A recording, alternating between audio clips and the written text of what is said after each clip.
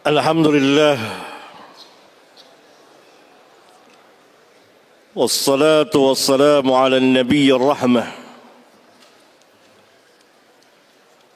wa ala alihi wa ashabihi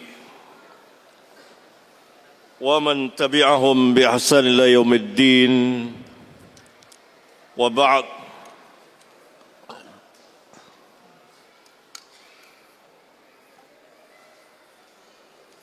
Bismillahirrahmanirrahim. Barakallahu fika ya Ustaz. Bagaimana jika orang tua saya belum mengenal sunnah? Ya, hal yang seperti ini juga terjadi pada para orang tua, ya, sebagian.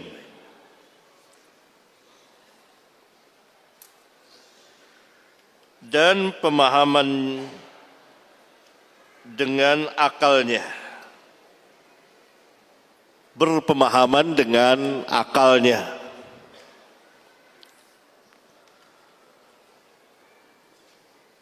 Fungsi akal memang sangat besar di dalam Islam dan menjadi salah satu syarat sahnya menerima perintah dan larangan, atau bahasa sebagian fuqaha taklif. Kalau hilang akal, maka tidak ada kewajibannya mengerjakan perintah atau menjauhi larangan. yakni dia tidak terkena dosa. Akal yang dimaksud, akal yang merupakan gharizah, yang selalu memiliki ketegasan dan berjalan dengan benar atau sehat, tidak sakit.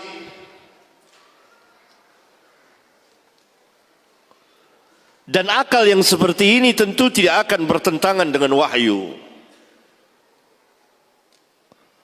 Seluruh ajaran Islam masuk di akal. Tidak akan pernah bertentangan dengan akal, bahkan akal akan menyetujuinya. Jika akal itu memang merupakan satu gharizah tabi'iyah yang ada pada manusia. Jika akal itu memiliki ketegasan, jika akal itu sehat, bersih, seperti akalnya para sahabat ridwanullah alaihim jami'an, kan mereka adalah orang-orang yang berakal.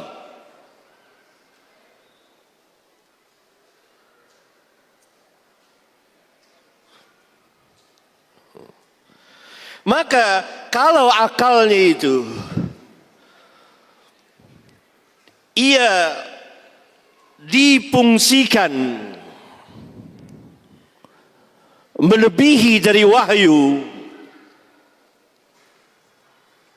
atau menurut orang filsafat dan dipengaruhi oleh ajaran filsafat sehingga mendahulukan akal, dan yang menjadi asas adalah akal bukan wahyu, maka dia akan selalu berpegang dengan akalnya dan meninggalkan wahyu. Orang-orang filsafat, kaum filsafat Yunani, kaum musyrikin, orang-orang yang tidak mengenal wahyu, orang-orang yang penyembah bintang, matahari dan lain sebagainya, yakni kaum musyrikin, para ahli filsafatnya menulis beberapa kitab yang kemudian sempat diterjemahkan ke dalam bahasa Arab, lalu disyarahkan. Di antara pensyarahnya adalah Ibnu Sina.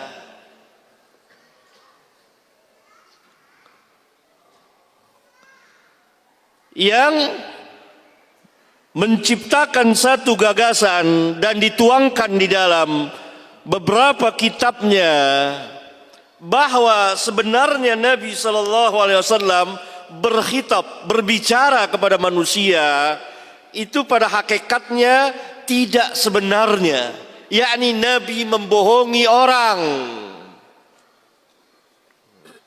Maksudnya bukan demikian, tapi pembicaraan harus begitu karena berhadapan dengan manusia yang tidak sanggup memahami secara hakiki. Begitulah. Dan ini bermain dengan akal. Kemudian ajaran filsafat ini dicoba untuk dimadukan dengan ajaran Islam oleh Ibnu Sina, Al-Farabi dan lain-lain. Ya tidak mungkin. Maka ini banyak mempengaruhi pemikiran sebagian abna'ul Islam, anak-anak Islam. Sehingga masuklah filsafat ke dalam Islam. Jadi bukan filsafat itu dari Islam, nggak ada, tidak pernah dikenal ajaran filsafat, dan memang tidak jadi kebanggaan. Mana mungkin Islam akan mengambil ajaran kaum musyrikin. Dan masuk ke dalam kaum mutakallimin. Akhirnya mereka berbicara antara akal dengan wahyu. Kemudian mereka membuat keputusan bahwa yang menjadi asas adalah akal. Wahyu mengikutinya. Kalau terjadi kontradiksi antara akal dengan wahyu, mereka telah menetapkan mungkin atau bisa terjadi kontradiksi antara wahyu. Ini perbedaan yang sangat mendasar antara Islam dengan ajaran filsafat. Ajaran Islam mengatakan bahwa akal selamanya tidak akan bertentangan, tidak akan menyelisihi wahyu. Ajaran filsafat membuka pintu ini. Bisa terjadi kontradiksi, bisa terjadi tanaqud, bertentangan, berlawanan antara akal dengan wahyu. Dibukalah pintu ini lebar-lebar. Masalahnya sekarang, kalau terjadi pertentangan antara akal dengan wahyu menurut mereka, mana yang harus dikedepankan? Wahyukah atau akal? Mereka mengatakan, kalau kita kedepankan wahyu, maka ini merupakan celaan. Perhatikan. Kenapa merupakan celaan? Karena yang menjadi asas adalah akal. Mengedepankan wahyu adalah celaan bagi wahyu dan akal. Maka yang harus dikedepankan, didahulukan adalah akal, kemudian wahyu.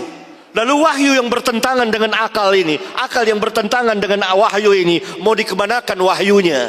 Mereka pun mengatakan ditolak atau ditakwil atau ditafwil.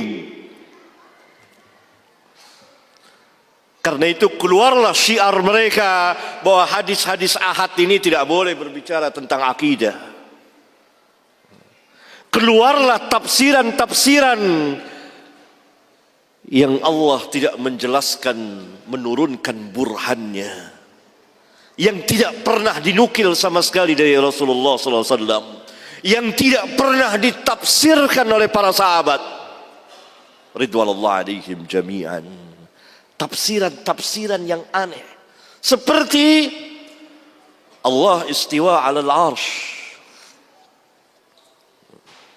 Kalau kita tafsirkan secara hakiki, kita terima istiwa ini dengan akal mereka yang sakit dan goncang, serupa dengan makhluk. Ini syubhat mereka. Padahal Allah berwujud, wujud Allah, zat Allah ada, dan manusia juga berwujud. Kenapa mereka tidak ta'wil zat Allah itu?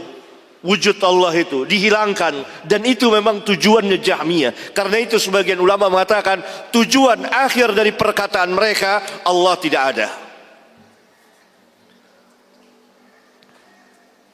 Karena mereka mengatakan Allah tidak di atas alam, Allah tidak di dalam alam, Allah tidak di kanan, Allah tidak di kiri, Allah tidak di... Ada apa tidak?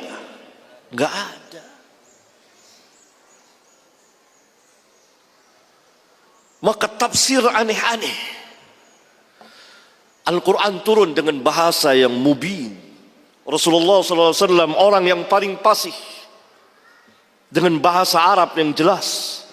Bahkan kata Al-Imam Asy-Syafi'i, tidak ada seorang pun manusia sanggup menguasai seluruh bahasa Arab kecuali Rasulullah sallallahu alaihi wasallam.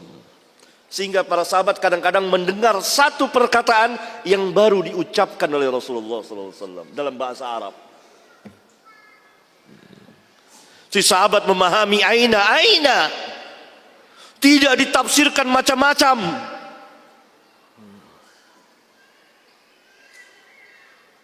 Rasulullah SAW bersabda, Allah turun, nuzul, turun mereka memahami dalam bahasa Arab. Apa kita mau mengatakan bahwa kita lebih pandai bahasa Arabnya, lebih Arab dari mereka? Orang yang hidup di abad ke-15 ini mau lebih Arab, lebih fasih dari para sahabat? Ini adalah madhab falasifah. Kemudian masuk dan dikembangkan oleh Ja'ad bin Dirham dan Jaham bin Safwan, dan masuk ke dalam kaum mutakallimin, sehingga mereka menafsirkan macam-macam aneh-aneh. Turun rahmatnya. Wa ja'a rabbuka wal malaku saffan saffa. Ini bukan datang. Loh, kalau dikatakan ustadz datang, apa mau dikatakan? Yang datang tasnya, bukan ustadznya. Datang ustadz, oh bukan ustadz yang datang. Yang datang kudanya. Kan orang memahami secara bahasa, dalam bahasa. Datang ya datang.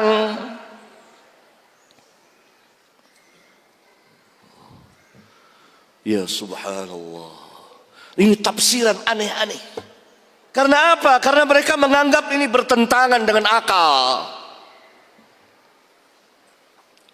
Atau yang terakhir ditafwid, diserahkan aja maknanya, Allah yang tahu, kita nggak tahu. Berarti Rasulullah SAW tidak tahu Jibril alaihi salam yang membawa wahyu itu kepada Rasulullah SAW juga jahil, tidak tahu. Para sahabat yang orang Arab tulen nggak tahu.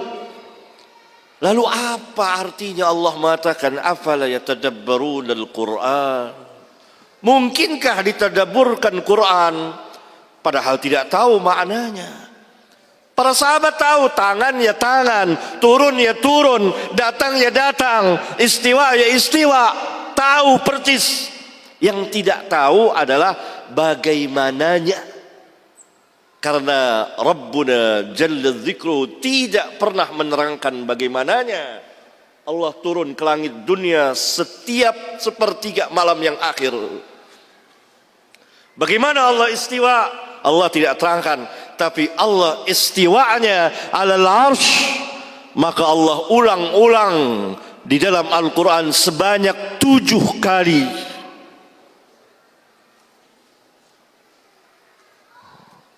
Allah katakan kepada iblis, kenapa tidak sujud kepada Adam yang aku ciptakan Adam dengan kedua tanganku? Tangan diterjemahkan kekuasaan. Nah, kalau kedua tangan berarti dua kekuasaan, berarti kekuasaan Allah hanya terbatas. Ini rancunya pemikiran filsafat ini. Dan ini adalah musibah besar Islam yang menimpa kaum muslimin saat itu pada abad kedua Hijriyah. Dan memasuki abad ketiga Hijriyah, diterjemahkan kitab-kitab filsafat Yunani dari para penyembah berhala ini, yang kemudian mempengaruhi dan dimasukkan mempengaruhi sebagian kaum muslimin dan masuk ke dalam Islam, dan terjadi fitnah besar.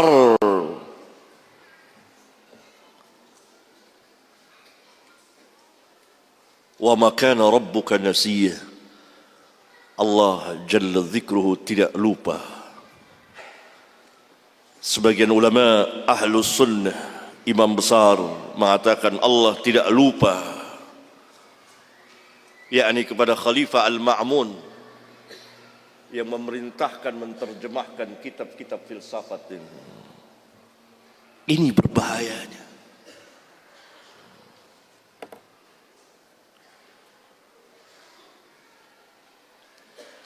Apa yang harus ana lakukan sebagai anaknya? Dakwakan kalau mampu. Seperti Ibrahim, Al-Quran telah memberikan contoh.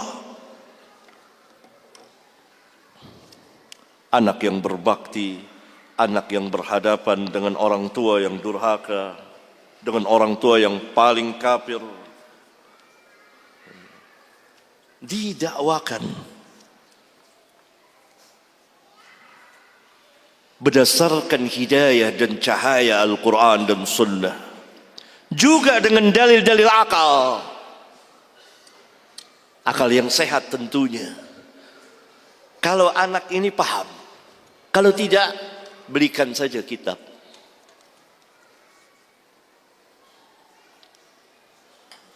Agar orang tua saya mendapat hidayah, jalan-jalan menuju hidayah, kita bisa. Tapi memasukkan hidayah tidak bisa.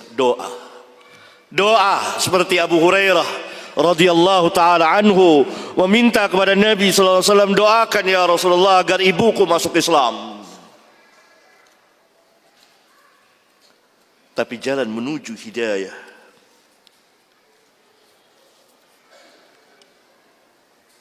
bisa, atau memberikan hidayah dalam arti ini jalan yang hak bisa, tapi memasukkan ke hati enggak bisa. Allah, antum atau anti, doakan. Ad-du'a huwal ibadah.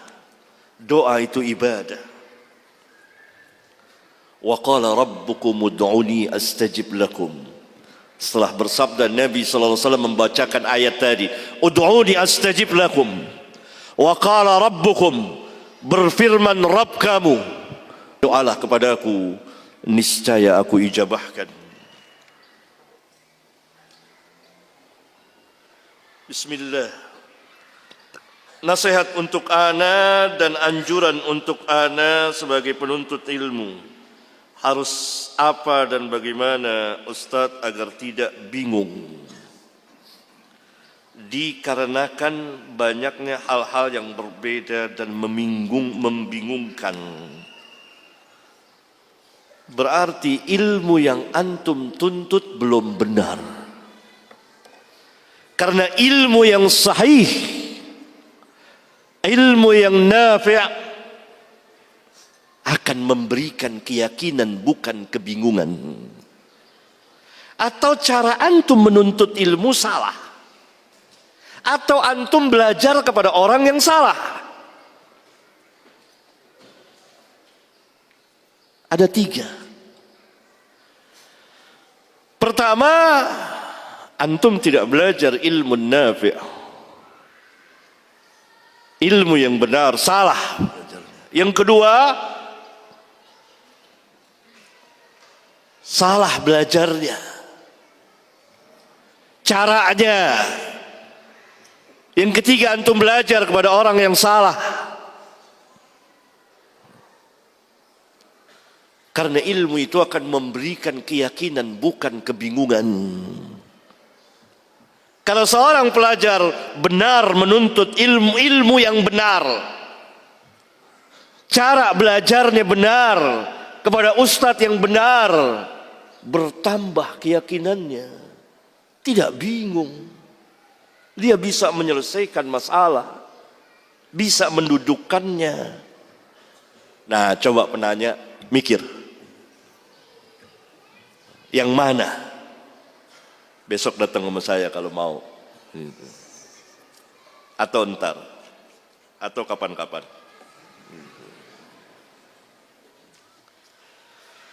Bismillahirrahmanirrahim. Ustaz mohon penjelasan mengenai ayat pada surat Yusuf Qul hadhihi sabili ad'u ila Allah. Sebenarnya makna ad'u ila Allah menekankan kepada dakwah kepada Allah, pada agama Allah, Islam dengan manhaj yang benar, ataukah dakwah karena Allah, keikhlasan di dalam berdakwah. Karena pada kitab I'anatul Mustafid yang saya membacanya, ad'u ilallah dimaknai mengenai pentingnya keikhlasan. Itu diantaranya menunjukkan bahwa dakwah ikhlas dan dakwah ad-da'wah ilallah, ad-da'wah ilallah. Karena Nabi SAW mengatakan, Allah Subhanahu wa taala berfirman, "Qul hadhihi sabili ad'u ilallah." Aku dakwah ilallah, maksudnya ke jalan Allah. Tentu didasari dengan keikhlasan, pasti harus ada keikhlasan. Tapi yang dakwah adalah mengajak manusia, ad'u ilallah. Ud'u ila sabili rabbika. Ud'u ila sabili rabbika. Ila sabili rabbika. Ila sabili rabbik maknanya adalah mengajak manusia ke jalan Allah tabaraka wa taala. Dan sifat dakwah ini adalah terang-terangan, jar.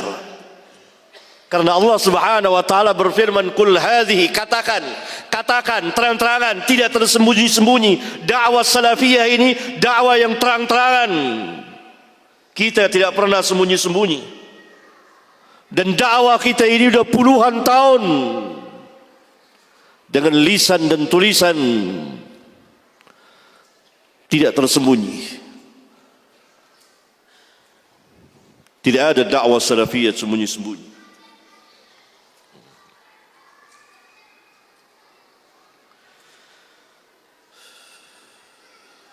Bismillah. Ustaz, suami adalah seorang sekuler.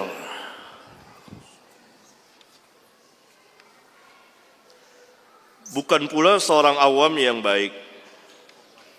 Hah? Qawwam.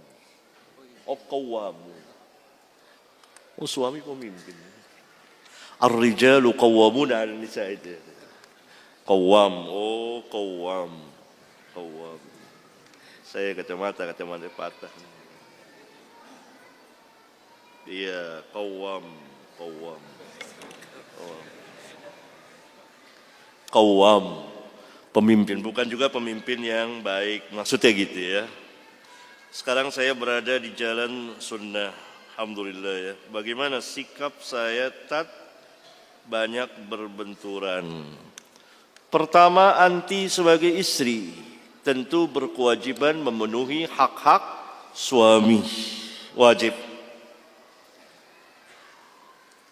mentaati suami, menjalani perintahnya selama tidak maksiat, selama di perintah yang ma'ruf. Innamat ta'atu fil ma'ruf. La ta'ata fi maksiatillah. Itu tugas anti. Yang kedua, berlindung dari kejahatannya. Sebagaimana Asiyah, istri Firaun, berlindung dari kejahatan Firaun. Tapi dia tetap istrinya. Yang ketiga,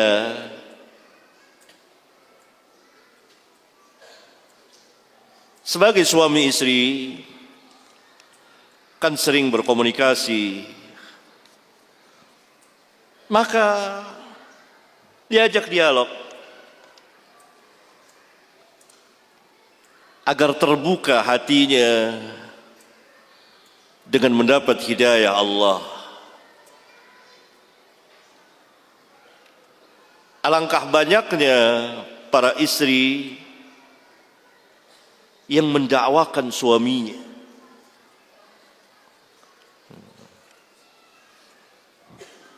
dan suaminya ikut. Berapa banyak istri yang pertama kali mengenal sunnah, dari membaca, dari ta'lim, dari mendengar, dan seterusnya. Lalu dia ajak suaminya.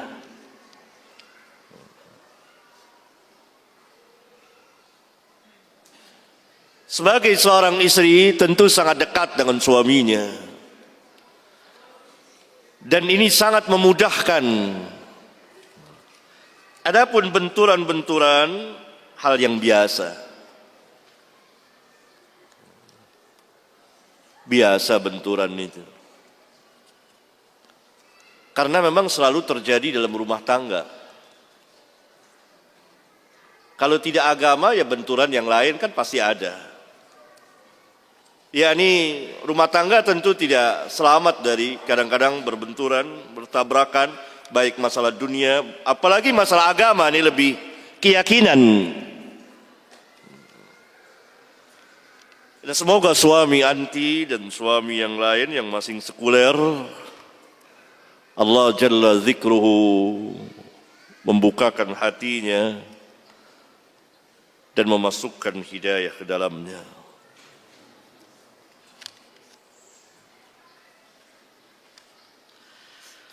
Bismillah. Assalamualaikum Ustaz. Waalaikumsalam warahmatullah. Ana ingin bertanya bagaimana cara untuk mengetahui seorang ustadz yang kokoh manhaj dan akidahnya terkadang apa nih? Udah.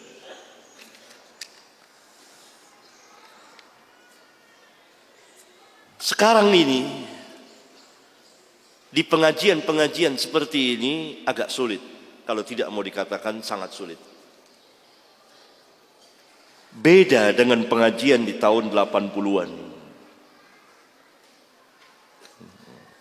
Beda. Bisa tahu. Kenapa? Karena yang menjadi asas dakwah saat itu manhaj dan akidah. Itu makanan keseharian setiap hari. Sehingga dengan izin Allah masuk dan secara mujmal, secara garis besar, para penuntut ilmu biasa, apalagi yang pelajar ilmiah, tahu kalau ada yang mengajar sesuatu berbeda, kontan otomatis, wah nggak beres. Tapi dia tidak bisa menyatakan dengan bahasa di hati, tahu. Karena ini menyinggung pelajaran yang dia terima ketika itu.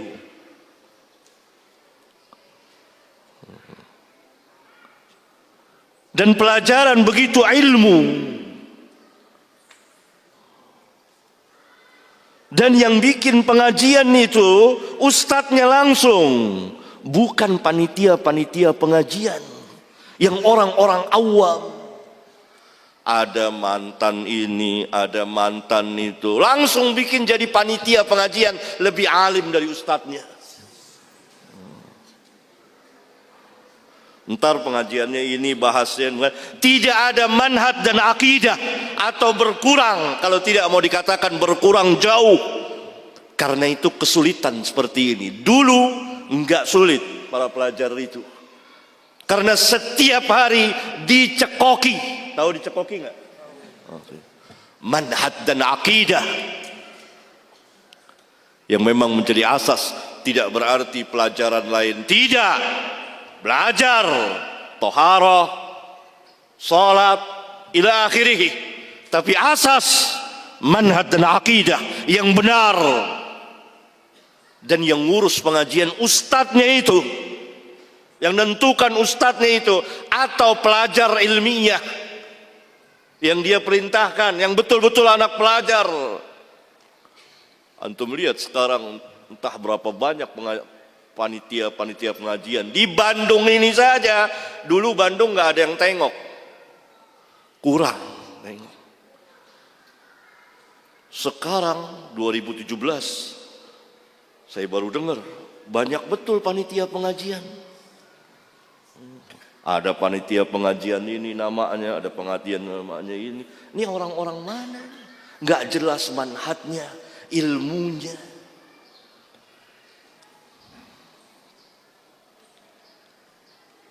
Pergeseran. Bukan seperti itu dakwah.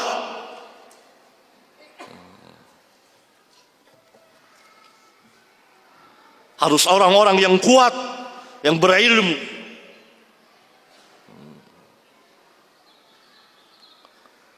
Begitu. Tentu penanya nggak bakal tahu.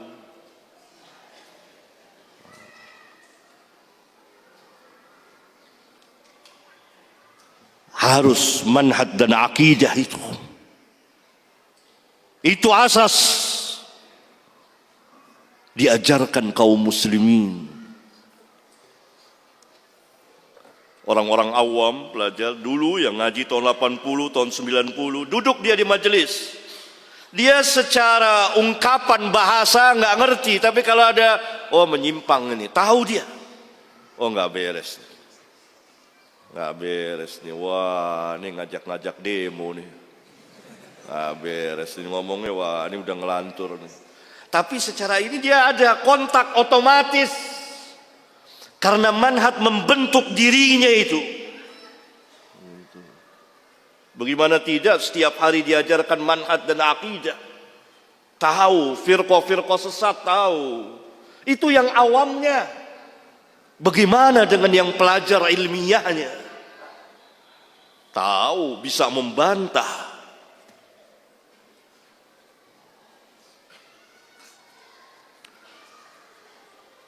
Tapi sekarang karena tidak tahu. Ya pantas tidak tahu, tanya kepada ahli ilmu.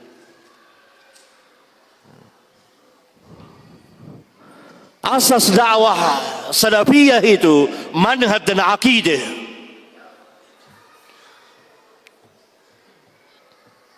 Jangan ada orang mengatakan, wah kalau manhaj tauhid ntar nggak belajaran yang lain. Ini orang baper. Belajar mas. Belajar semua belajar, ada pelajar ilmiah, tapi ini asas nggak boleh ditinggalkan.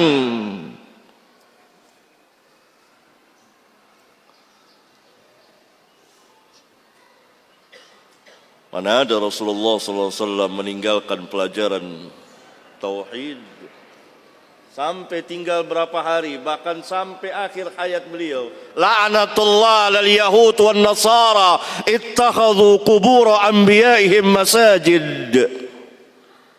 La'natullah atas Yahudi dan Nasara yang telah menjadikan kubur nabi-nabi mereka sebagai masjid.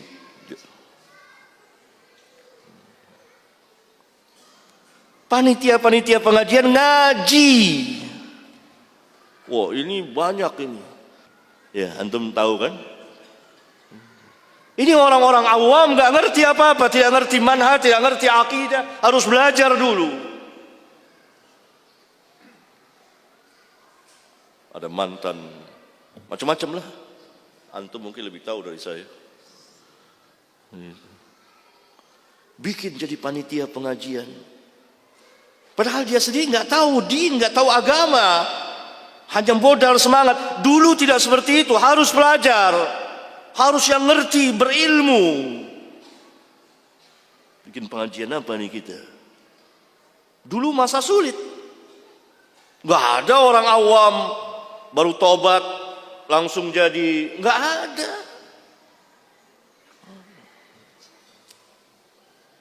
Itu diantara penyebabnya. Nggak tahu pasti nggak tahu. Karena manhaj dan akidah belum tertanam.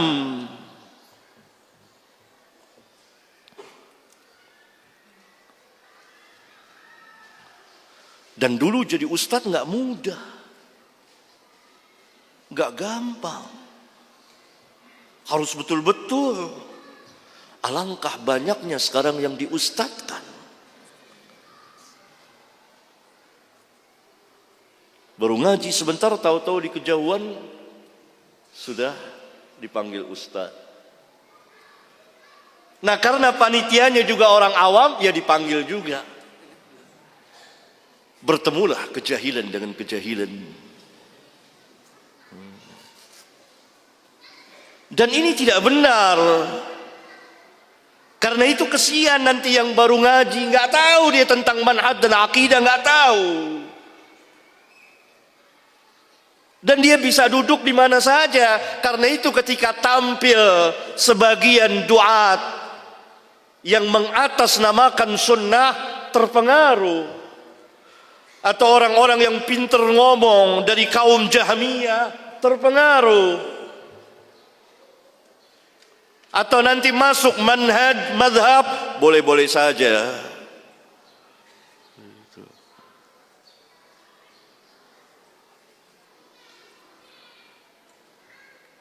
Dahulu harus belajar betul-betul manhaj dan akidah.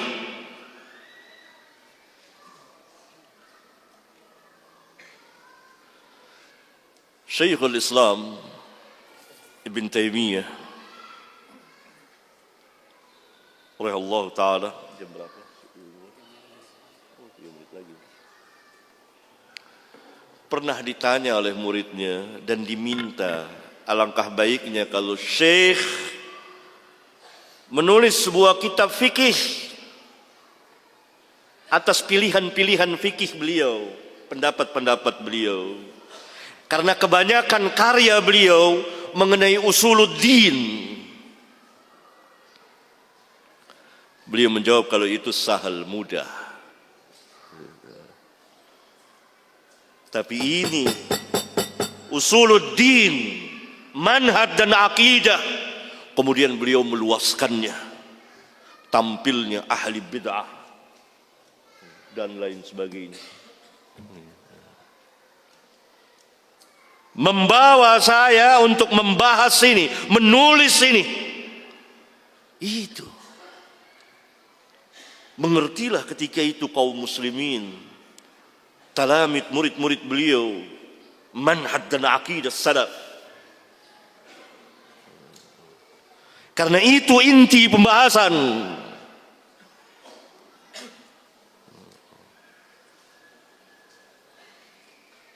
Begitulah. Saya menasihati sebagian panitia-panitia pengajian, mengaji, belajar untuk diri antum. Qu anfusakum wa ahlikum nar. Allah tidak perintahkan antum untuk ngatur-ngatur pengajian. Tapi sebagian manusia ntar nuduh saya ngatur-ngatur pengajian. Ini baper yang kedua. Sampai di sini. Karena saya ada pengalaman sedikit tentang ini. Sehingga saya ada di dalamnya dan saya tahu persis perkembangan dakwah itu, insyaallah taala. Sampai di sini, mudah-mudahan ada manfaatnya bagi kita sekalian. Subhanakallahumma wa bihamdika, asyhadu an la ilaha illa anta, astaghfiruka wa atubu ilaik. Wassalamu alaikum warahmatullahi wabarakatuh.